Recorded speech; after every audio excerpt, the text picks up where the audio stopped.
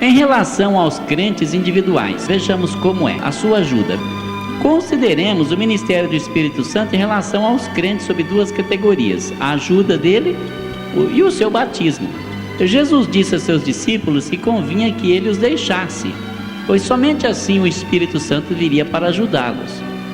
Ficamos admirados ao ver as muitas formas de ajuda que os crentes podem receber da parte do Espírito Santo. Uma dessas formas, por exemplo, tornamos-nos crentes mediante a atuação do Espírito Santo. Quando nós éramos incrédulos, quando nós estávamos no mundo, nós estávamos espiritualmente mortos nos pecados e nas ofensas. Mas quando nos achegamos a Deus com arrependimento e fé e sinceridade no coração, nós nascemos de novo espiritualmente falando. Tornamos-nos uma nova criatura, conforme 2 Coríntios 5,17. Nascemos do alto pelo poder do Espírito do Senhor e recebemos uma nova natureza. Essa experiência é chamada regeneração pelos teólogos. Leia Efésios capítulo 2, versículo 5 e Tito capítulo 3, versículo 5. Uma outra forma do Espírito Santo é que nós recebemos o poder para testemunhar, conforme Atos 1,8. Surgem problemas quando tomamos a decisão de anunciar as boas novas às outras pessoas. Circunstâncias, pessoas, espíritos malignos procuram nos impedir. Precisamos de um poder especial para superar todos esses obstáculos. O Espírito de Deus é a fonte do poder que nós precisamos para que o nosso testemunho cristão seja eficaz e poderoso. Outra forma, o Espírito Santo nos ministra como um mestre. Talvez eu não pertença a alguma classe privilegiada, mas quando rogo ao Espírito por sua ajuda, ele me ensina. Ele está mais disposto a me revelar as verdades divinas do que qualquer outro ser que eu tenha conhecido. Leia 1 Coríntios capítulo 2, versículos 12 até o 14. Uma outra forma, nós também recebemos a ajuda do Espírito Santo intercedendo em nosso favor. Isso significa que ele apresenta as nossas necessidades diante do nosso Pai Celestial. Por acaso você já não se sentiu incapaz de orar diante de certas situações? Há ocasiões em que não temos força para orar e não conseguimos nem gemer, não conseguimos nem ficar de joelhos na presença de Deus. É nesses momentos que nós podemos contar com a intercessão do Espírito Santo em nosso favor, conforme Paulo relata aos Romanos capítulo 8, versículo 26. Ainda uma outra forma, o Espírito Santo nos guia dia após dia na direção de uma vida cristã vitoriosa. Quando somos regenerados e o Espírito Santo vem residir em nossa vida, descobrimos que temos duas naturezas.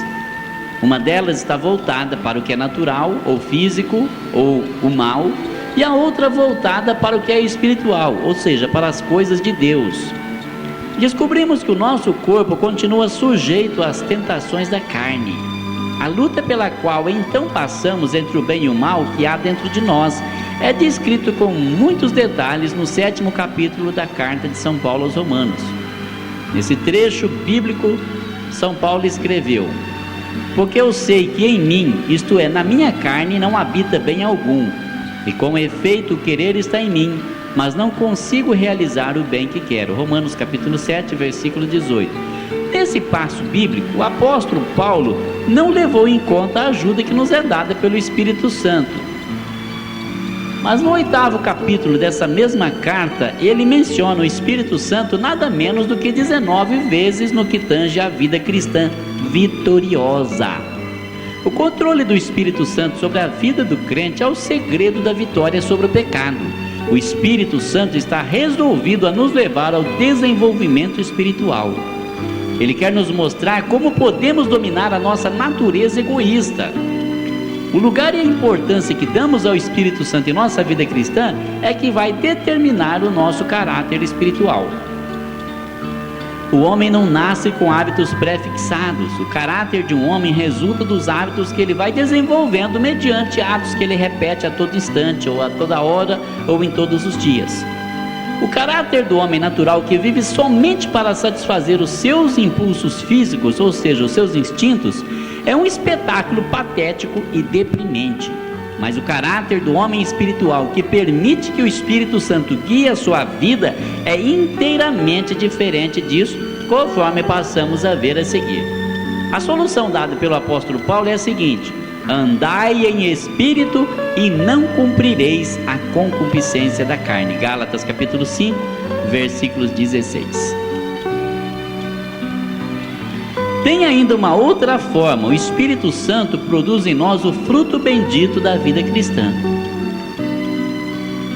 Uma pessoa uma vez perguntou por qual motivo um grupo de pessoas que dizia ter um relacionamento muito íntimo com o Espírito Santo se vangloriava diante de outras pessoas de serem muito espirituais. Esse amigo disse que não podia imaginar o Espírito Santo vangloriar-se acerca de si mesmo. Nós tivemos de concordar prontamente com ele. Para evitar a carnalidade, que consiste em ceder aos desejos da carne, e a espiritualidade superficial, precisamos andar no Espírito. Ou seja, quem é usado pelo Espírito Santo, quem é controlado por ele, não fica se vangloriando de dons, de poderes, de trabalhos que foram feitos. Normalmente nós encontramos muitas pessoas dizendo: olha, eu sou isso, eu sou aquilo, eu sou um pastor renomado, eu sou conhecido, né? E não é de Deus isso aí. Deus me usou para fazer uma cura assim, assim, assim, todo mundo ficou de boca aberta. Isso não é de Deus, não é o Espírito Santo que está controlando essa pessoa, é a carne. É a vontade de aparecer, a vontade de roubar a glória de Deus para a sua pessoa. Andar no Espírito subentende que o indivíduo depende continuamente dele, crendo que ele lhe ajudará a andar corretamente em qualquer área da vida.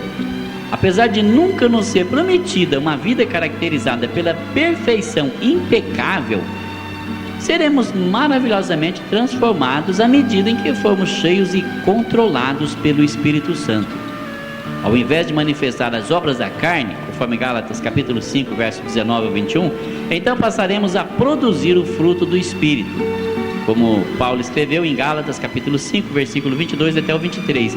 Mas o fruto do Espírito é caridade, gozo, paz, longanimidade, benignidade, bondade, fé, mansidão, temperança.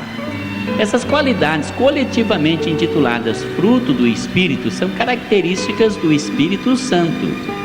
Devemos examinar cuidadosamente as nossas atitudes, nossos relacionamentos e nossos atos, a fim de ver se retratam essas características ou se nos falta algum aspecto do fruto do Espírito Santo.